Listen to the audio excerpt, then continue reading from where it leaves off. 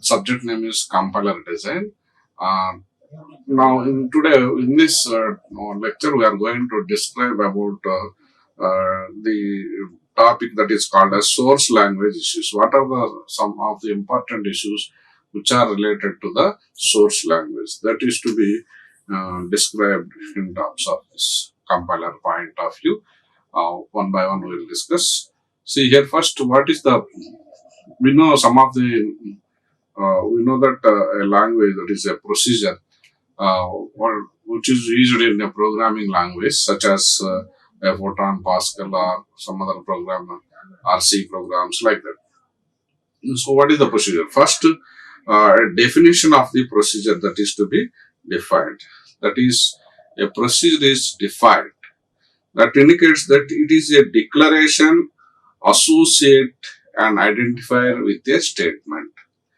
It is a once defined, that is a we say that it is a identifier procedure is defined. That means it is a declaration. That identifier is second point. Another point is identifier is a procedure name and the statement is procedure body.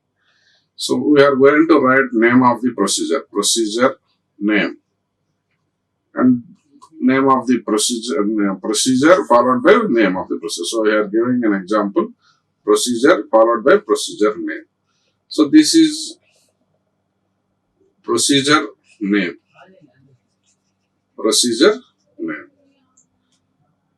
and this is called as identifier. This is called as identifier, and it is the procedure name. And how to declare that procedure? With the identifier statement. So this is the identifier statement which you are declaring. So this procedure indicates that when we say that procedure, that means it is we are going to declare. This is called as we are going to declare the declaration part. This is called as declaration part.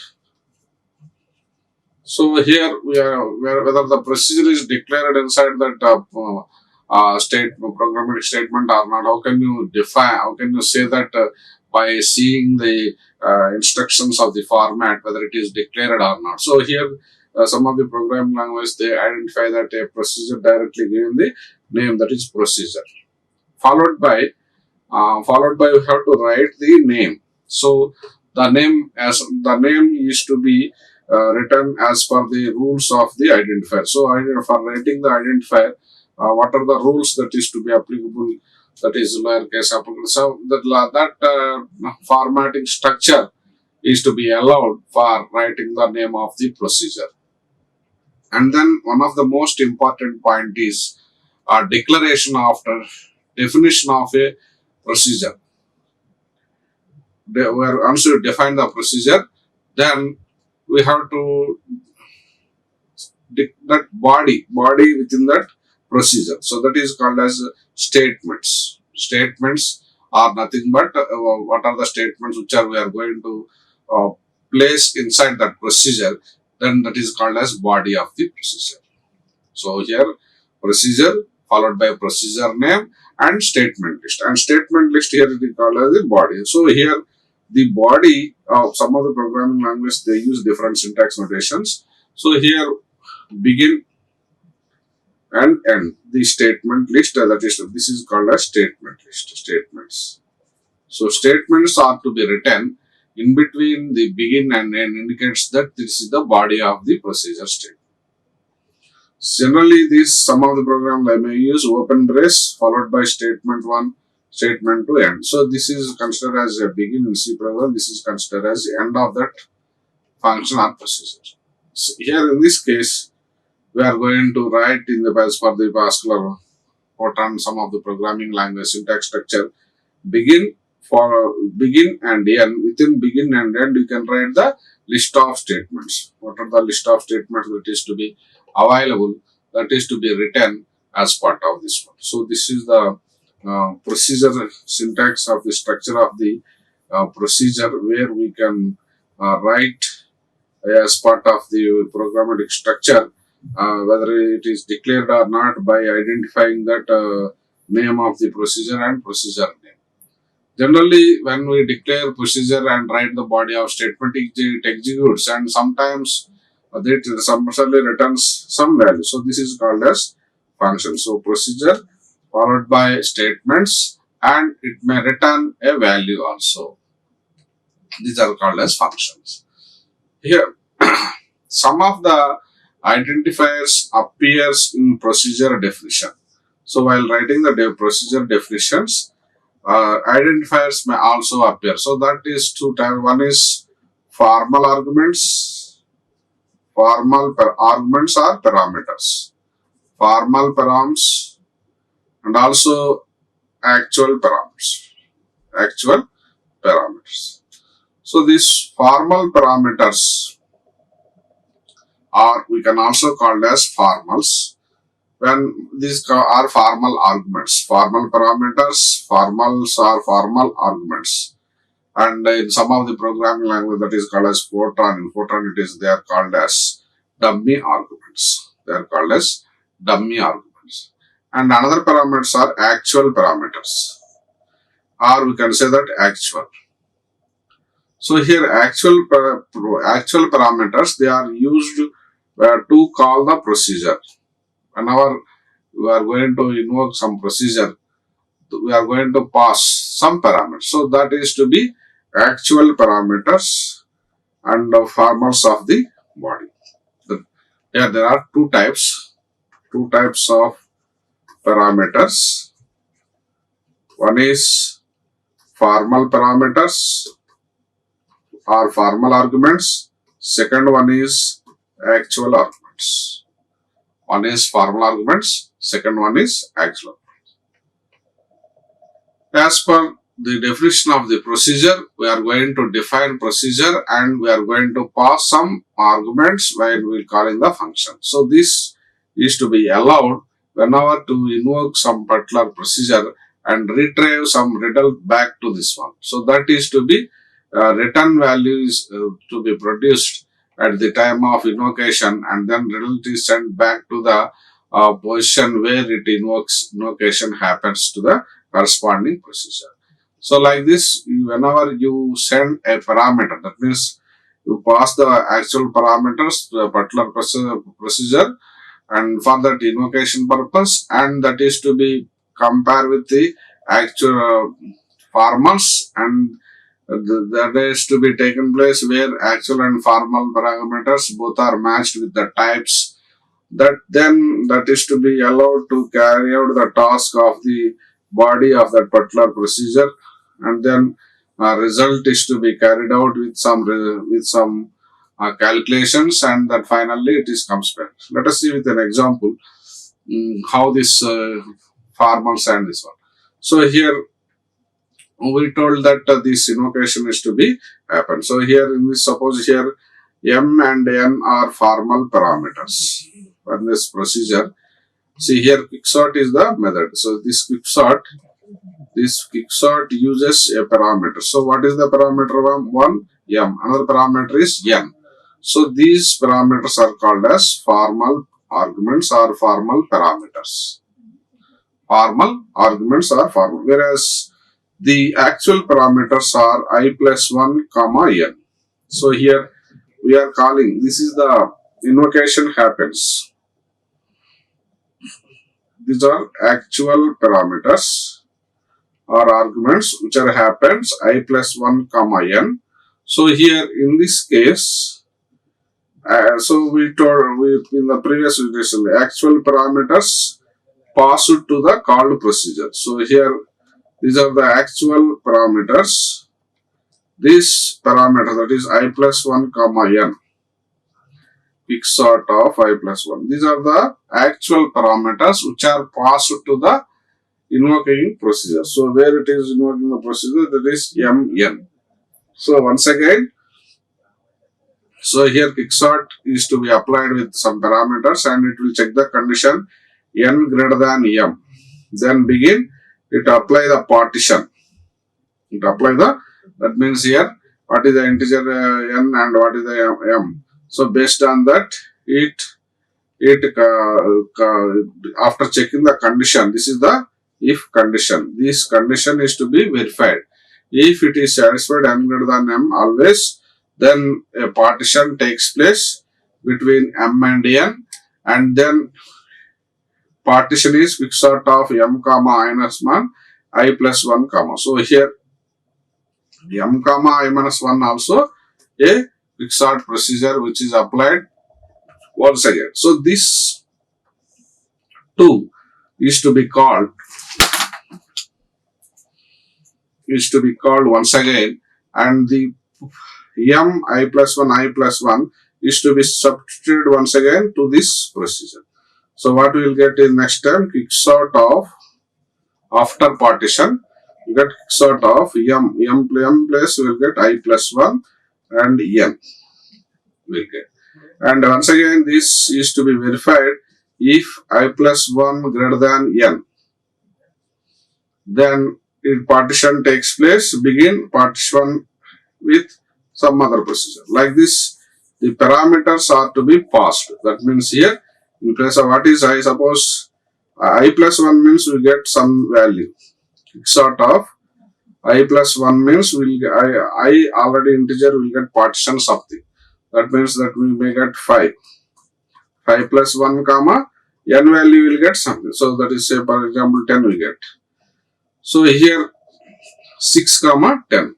So this 6 comma 10 once again with the applied with this procedure 6 comma 10. So now m is 6, n is 10. That is passing invocation of this function, pass the values to the called procedure. So invoked procedure and invoking procedure. So these parameters are passed to this one. Then here quicksort of 6 comma 10. So this 6 is to be compared once again. N 10 is n greater than 6. Yes, condition is satisfied. Now once again partition takes place between m and n. So previous m value and n value.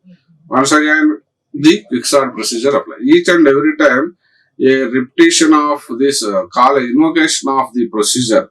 This is called as procedure called quicksort procedure. In this procedure, the formal parameters are to be supplied, which is to be invocation happens for the actual parameters. So actual parameters are m, that is formal parameters m, and actual parameters are. So these actual parameters, that is previously 6 and 10 subtracted.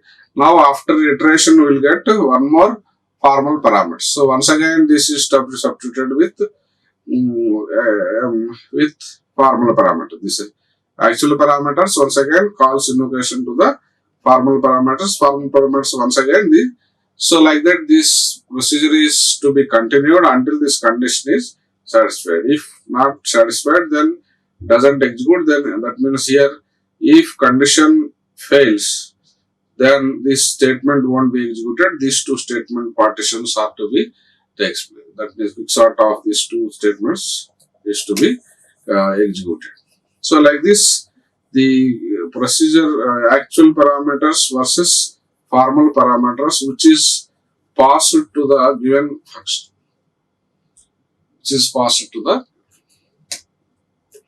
activation trees are also plays an important role for the conduction of this one of the main problem, one of the issues with the source language computations. Here, flow of there is a procedure. We have seen the procedure quicksort. So there will be several invocations each and every time, and each and every time formal parameters, actual parameters are to be mapped, and then the quicksort operation procedure takes place, and then that means here m comma n I plus 1 comma quicksort of I plus 1 comma n, like that previously you have seen this computation.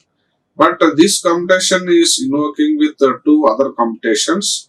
One more computation, quicksort of one more computation, that is m comma minus 1. Like this, one more procedure is to be mapped, that is invocation takes place. That means here the control is flow from one to another in between the procedures only. So here first here we have invoked the procedure m comma n. After passing the formal parameters with the actual parameters, then invocation takes place with this one. Once again, the partition takes place, verified and condition checked, and then once again partition procedure, and then so it maintains several flows among the procedure. That means it is called as the control flow, which is to be verified sequentially. That means whenever the program is executed with procedure 1, 2, then the control is transferred to from invocation of the procedure to invoking function, and then it returns some value at each and every time and comes back with the result, and then once again partition takes place. Like that, the programmatic each and every step the control is being to transfer to specific point of the program, and then it executes. So here, whenever, suppose for example, if this procedure, quicksort procedure is activated, that means activated means whenever the call it go control it executes, it starts. That means we can say that execution of a procedure, start the execution of the procedure at the beginning of the procedure body.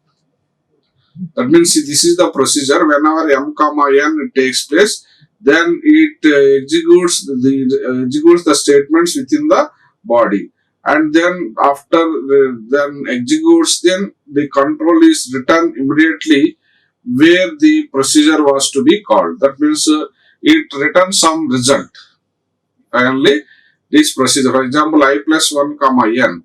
So this is returning result, and this result is to be carried out from where the function procedure, particular procedure or function is to be called. It comes with the result at that end of the step.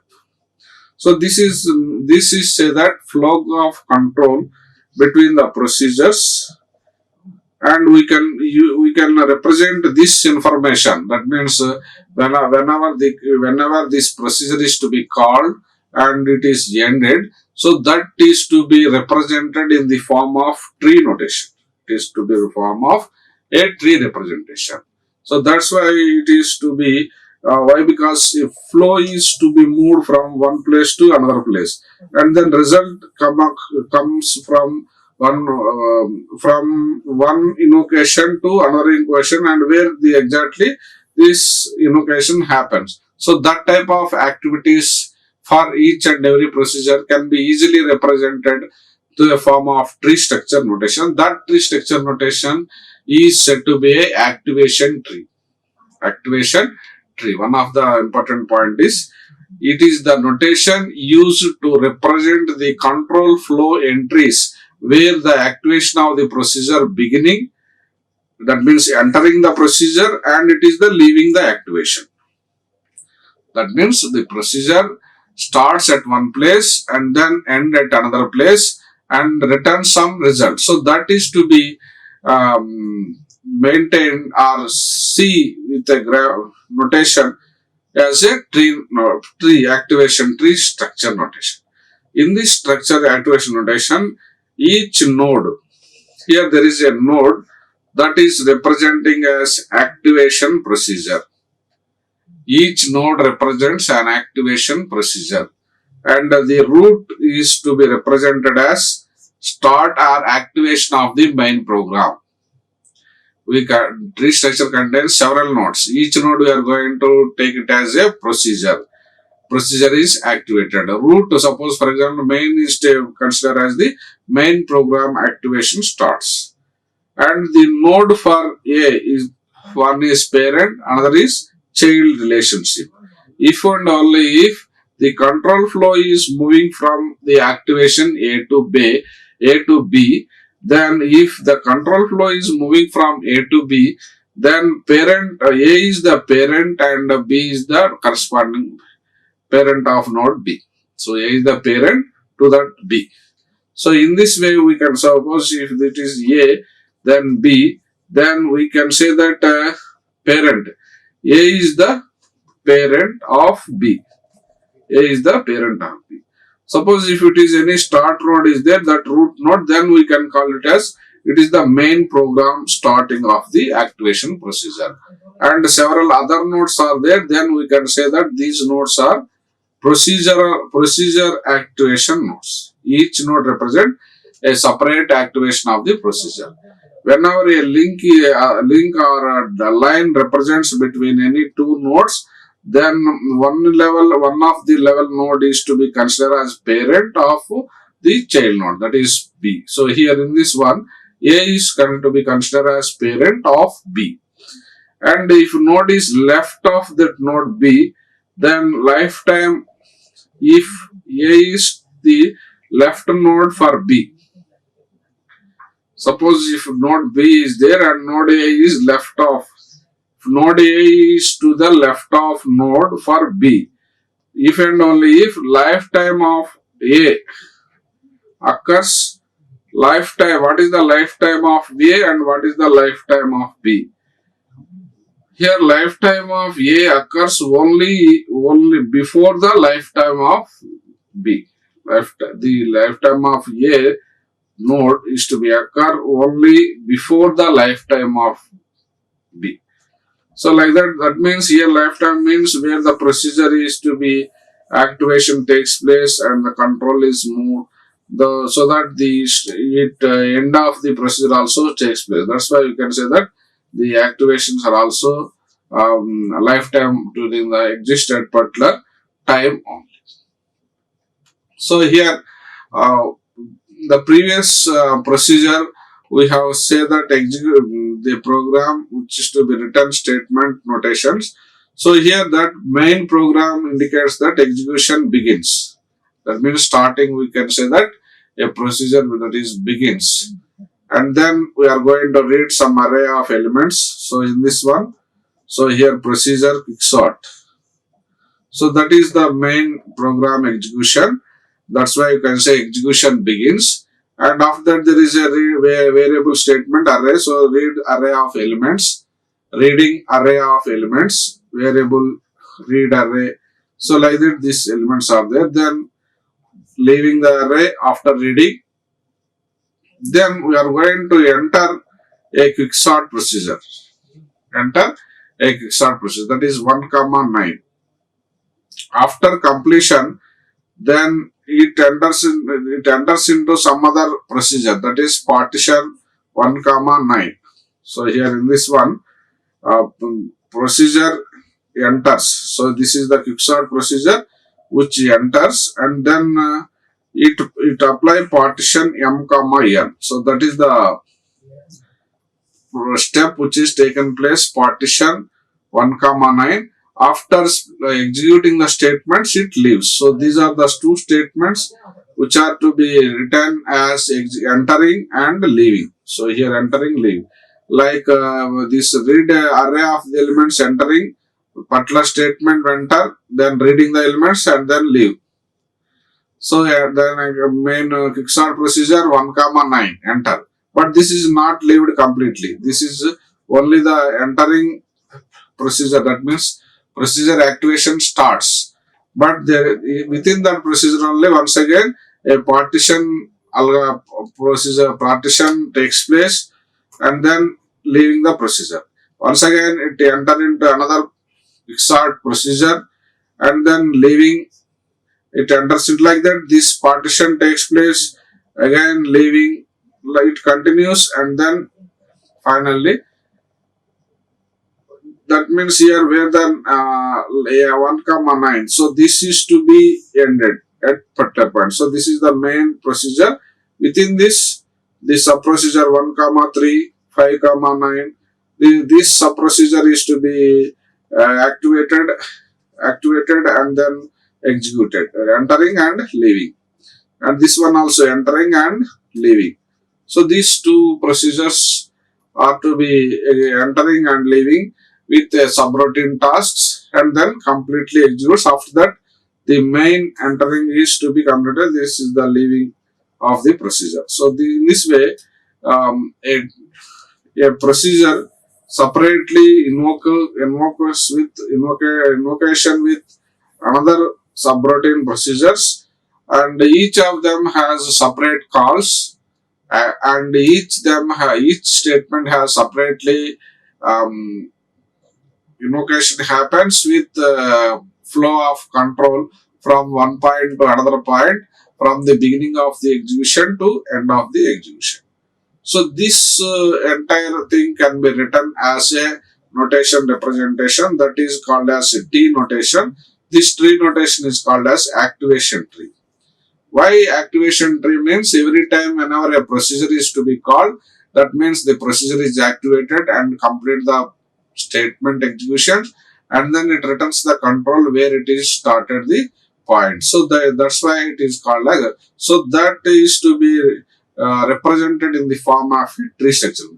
So this is the root structure. Starting of the program execution main starts, and then we applied some quicksort of 1 comma 9. Then Q stands for quicksort of 1 comma 9. This is M, this is N. Then after applying the condition, then here we have checked P. P means partitioning of the 1 comma 9. Then we have got one more entry, that is quicksort of subprocedure, quicksort of another subprocedure.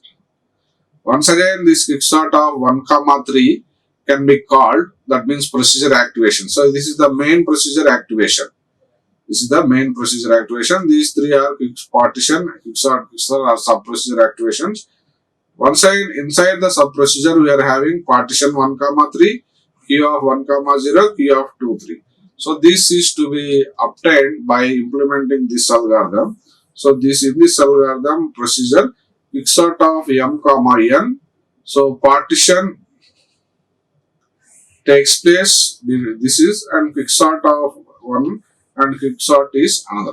So there are three steps are to be available in this procedure while invocation happens to the quicksort. The same steps is to be implemented as a tree node here: quicksort, partition, quicksort, and then quicksort. So these are the three steps. Once again, each quicksort requires another partition, sub-procedure of quicksort, another invocation of quicksort. So that values may be changed depends on the condition and taken the values of M n. So based on this value M and N values, then the flow of control changes from one place to another place. So here this 5 comma 9 divides into partition and 2 more. Once again, this 2 3 can be partitioned into 2 more partition, quicksort, and one more quicksort procedure. So that is the quicksort of M comma N, and we have used a quicksort procedure, that is first condition checked, M greater than N, N greater than M, and based on that we applied I equal to partition this procedure, and then we applied quicksort of I plus 1 and quicksort of 2 more. So this is one invocation, this is second invocation, and third. This is the begin and this is end. So this is the main procedure activation. So this is the main procedure activation 1 comma 9. So this activation requires 3 more sub procedures. So these 3 sub procedures, that means the partition, invocation 1 and invocation 2. So this may require if each by this partition plus quicksort of 1 comma 3, 5 comma 9. Once again, quicksort of 1 comma 3 can be passed to here. Quicksort of 1 comma 3 means here M is M and 1 comma 3. So this 1 comma 3 once again repeat the picture of these 3. That means partition of 1 comma 3, quicksort of 1 comma 0, quicksort of 2 comma 3. Once again, here this condition will be checked. So that's why here quicksort of 1 comma 0 condition failed. That's why it is not executed. Where 2 comma 3 once again the partition takes place. Here 5 comma 5 condition fails.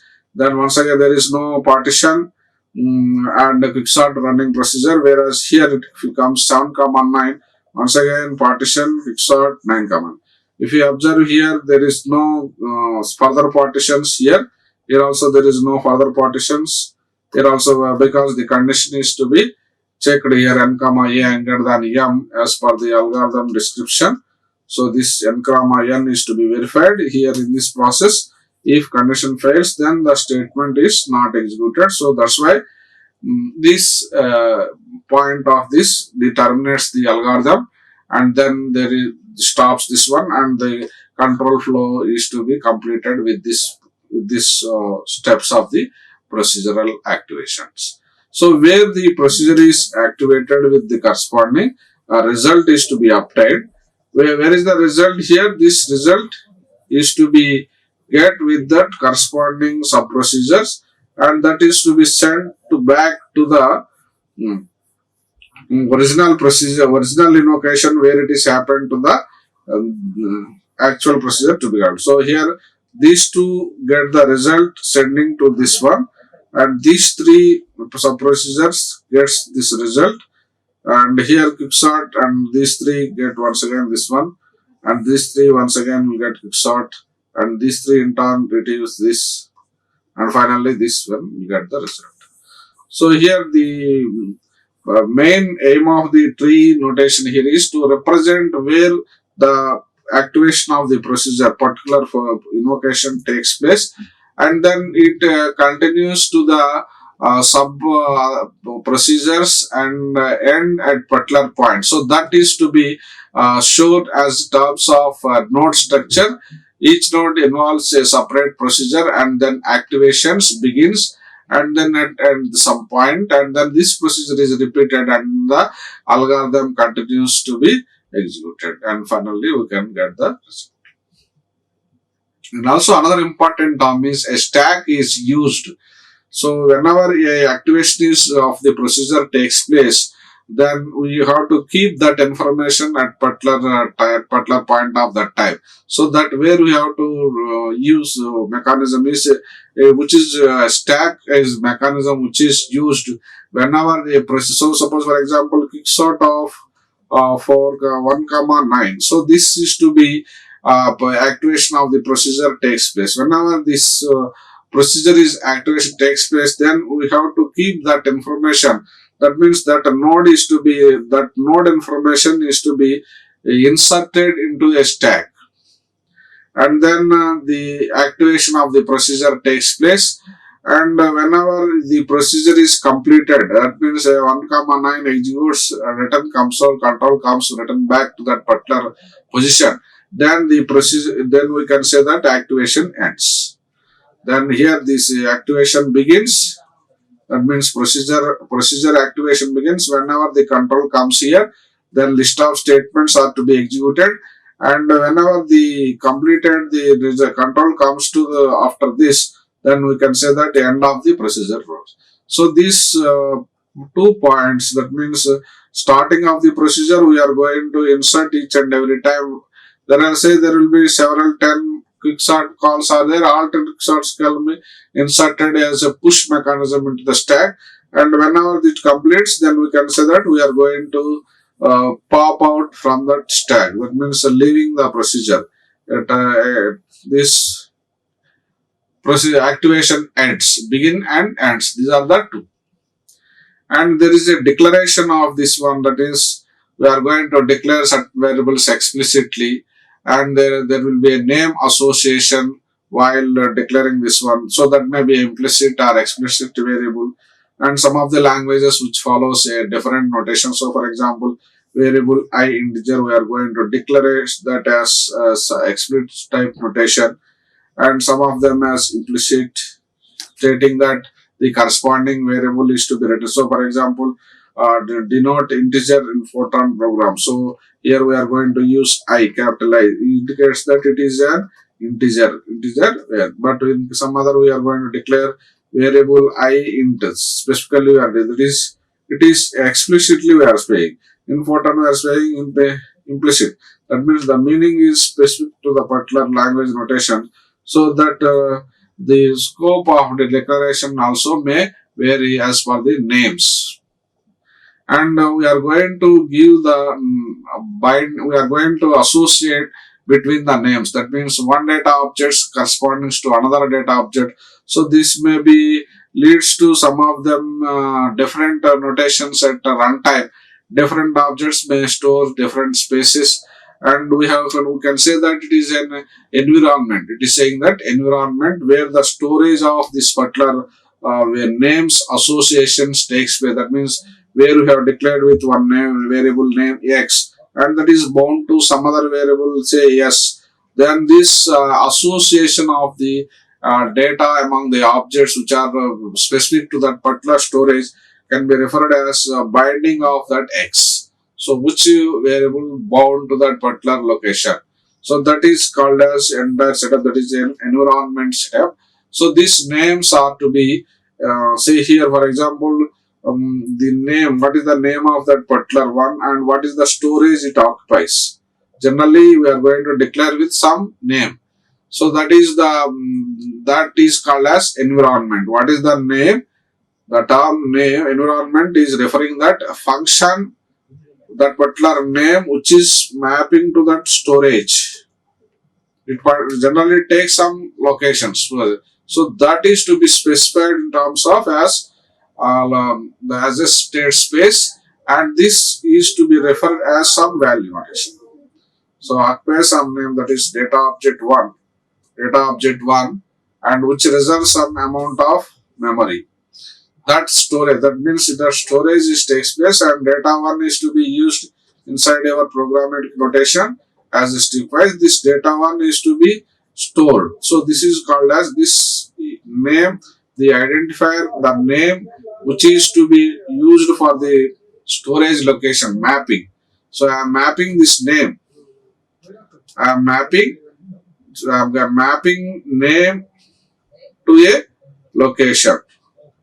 So here storage location. Here mapping, what is the name here? Data object 1. And what is the location? That is storage. That is to be called as environment.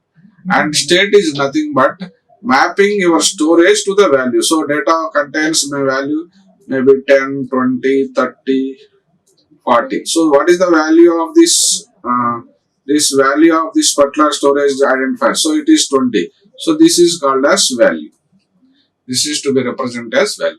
So we can map a environment and state for the corresponding name, storage, value. So this is called as two-step process. In the first step, we are going to bind association of the name to the storage location. In the second step, the storage location that is mapped to the corresponding value, that is called as state. So one is environment, another one is state reference. So these are the two mappings which is used for resolving the address references. Resolving the address references among binding in between. So there is a variety of names that can be used for the purpose of activation of the procedure each time, and we can use this as per the programmatic language statement.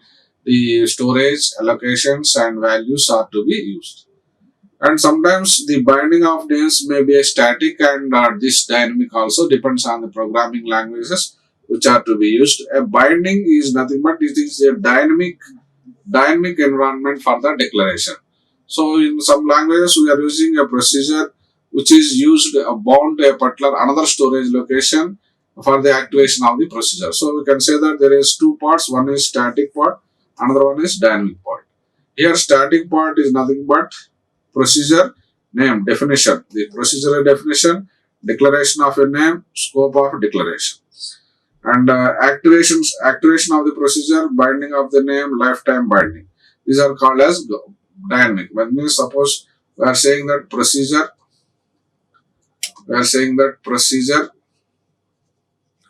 and name of the procedure, say sort of some name. So here definition, we are defining the procedure, definition of the procedure. So this comes under static, and we are going to declare a name. Suppose for example variable array of values. So that is to be declared as name as one part. And scope of the declaration, local or global, the procedural, that is all comes under static. Where dynamic comes under where this activation, that means calling of the procedure, execution or activation begins.